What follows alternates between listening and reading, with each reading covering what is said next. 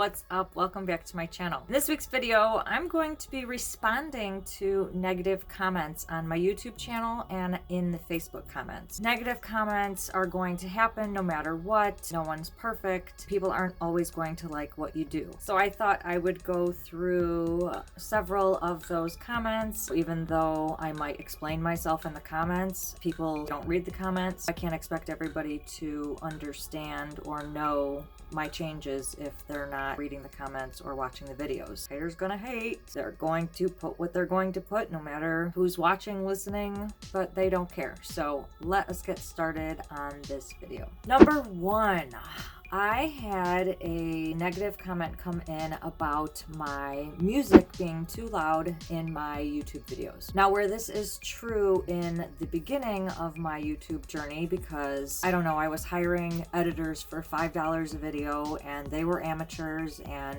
I don't edit my own videos, so I do hire out, I do outsource and find somebody else to edit my videos. So that's why you see all of these cool things happening on the screen. I feel the videos are funner that way, and I also feel that music added to the videos is awesome. So I add music just for a little bit of background. This person is not the only person who complained. There are other people who complain about the music being loud. However, since all of those comments and videos where they say that it's loud, I have turned down the music and gotten a better editor. So hopefully you guys enjoy the music in the videos better now. Hopefully the volume is not so high. Number two, this person complains that I use too much plastic in my composting toilet. In my current situation and in my last situation, that's true that I need to use more plastic in my composting toilet. The comment where you said, what do you just want it to be sitting around in landfills? Well, yeah, because child diapers filled with poop and waste that have non-compostable plastic covering on them. It's going to sit in the garbage, in the dump, and not compost. Elderly with their Depends, and they, poop and pee in diapers, again, with this fake plastic coating over it. It will take forever to compost, so those are put in landfills as well, and though that's okay. Animals go to the bathroom and it's covered with litter, and that stuff's thrown in the garbage too, just out with the kitchen trash. Other waste goes in the garbage too, so for the time being, why not put the human waste in the garbage as well? My intentions are good when it comes to starting to use the composting toilet, and when I get my land, that is when I'm going to build a big compost pile and end up putting the waste in there. Until then, a lot of people have to just fly under the radar. So, your comment was just all kinds of crazy. You're so wrong. Okay. Number three. This viewer says that, only monthly cleaning? They are referring to the inside of my toilet video where I clean it monthly, and that's where they question, only monthly cleaning? Yes. Taking the whole entire toilet apart and cleaning all the little nooks and crannies? Yeah, I only do it once a month. Not sure if you're a regular follower of my videos or my channel, but I have another video where I clean certain things weekly, and I also have another video where you'll see how I clean it daily. So there are different things that need to be cleaned. They don't always have to be cleaned every day. Only monthly cleaning when it comes to the inside of my toilet. Doesn't mean I don't spray it or wipe it down daily or weekly when I do my other chores. Number four. Now this one really confused me because it's when the whole COVID thing started. I put out this video about how to change a guest bed. I got a comment that said I needed to change my sheets because they looked like a COVID mask. I was like, what does that even mean? I looked at my sheets and I'm like, okay, they're clean, they're not dirty, it's blue. Maybe they mean it's blue. That's so funny, a blue COVID mask. So funny. I need to change my sheets, it's blue. I don't understand, I don't know. So if anybody knows what that person means, I have no idea. Please help me. I guess it's some kind of COVID humor, which I just don't get. Number five. I posted a video about how to change a duvet cover in a tiny house, and I received a comment that said, was a tutorial really necessary on this? And my response, yes. If you look on the YouTube search thing and, search for how to put on a duvet, there are hundreds and hundreds and hundreds of videos showing how to put on a duvet. This style, that style, this form, that form, how to do it easier. I just simply showed how to do it in a tiny house, in a smaller space, in 224 square feet, in a small little hallway. There are people Googling this and needing to know how to do this, how to do it an easier way. I felt it was needed. Apparently other people did too. Number 6. Must you use all of the Facebook groups, the tiny house Facebook groups, to promote your videos? Where else do you want me to promote my tiny house videos? In craft show groups, in animal groups, in car show groups? There is nowhere else to post tiny house videos but tiny house groups. It fits in the niche.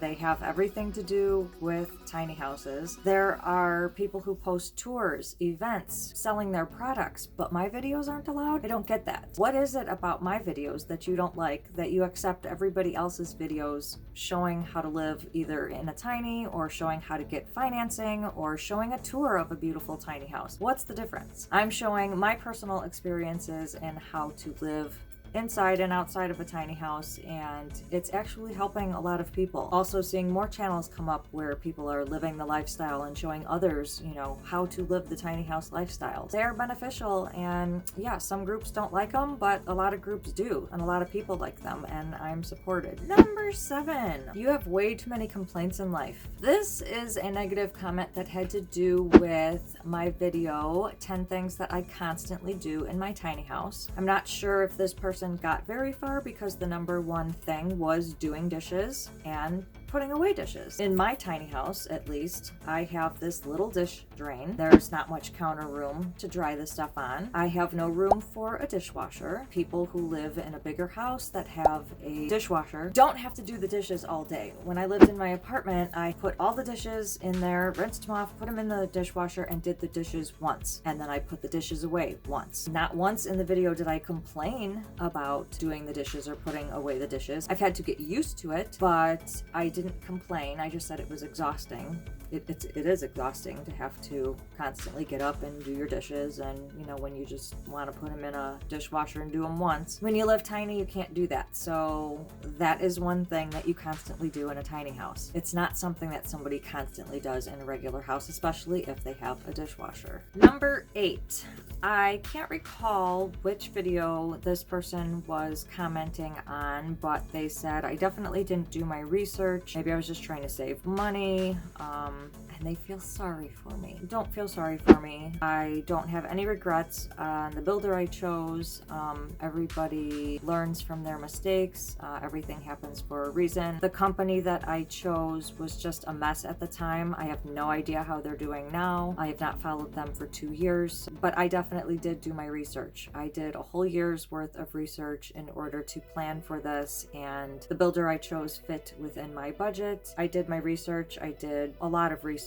Number 9, this person comments that they have had a compost toilet for 20 years, and I'm being a crybaby. Seeing as you've had this toilet for over 20 years, I'm sure you don't want to talk about your embarrassing moments. I don't care. It's completely different than a regular flush toilet, and I think you know that there are some issues. You just don't want to talk about them. I am very open. I will talk about that stuff. I'm not the only person that this happens to, so please, as a woman, admit to yourself in your head that some of these issues do happen. You might be older than me and might not get your menstrual cycle anymore, so these things might not affect you, but when you did, I'm sure there were some mistakes and leaks and you just didn't want to talk about them. I don't know how you're the only woman that has had no problems with her menstrual cycle, no problems with diarrhea, no problems with waste or urine or vomiting in your composting toilet. Let's get real here, because the topic of the video was real talk about composting toilets. Let's get real. There are some issues, and people in the tiny house world would love to know what those issues are before purchasing a $1,000 toilet that they might not like. I'm not crying about them. I'm trying to teach the tiny house world, or whoever wants to get a composting toilet, specifically the separate, that they're going to have to face some issues when they're having their issues. And you mentioned that I have to just be an adult when dealing with these issues. I'm going to say the same to you. I think that you need to be an adult and realize that adults have issues on the toilet, and some people are okay to talk about them and some aren't. Number 10 for this negative comments video would be this viewer comments about me being a numbskull, leaving my clothes in the washer dryer combo for 3 weeks. Again, I realized that it was not me that was leaving damp clothes inside the washer dryer drum. It was because after the cycle, I wasn't opening the door and allowing it to dry out. Everybody recommended me opening the door to dry it out. I have 3 cats. I had 4 cats at the time that I had that, and I wasn't going to risk leaving that door open. So that's why I closed it. And because I wanted to store clothes in there, I put the clothes inside.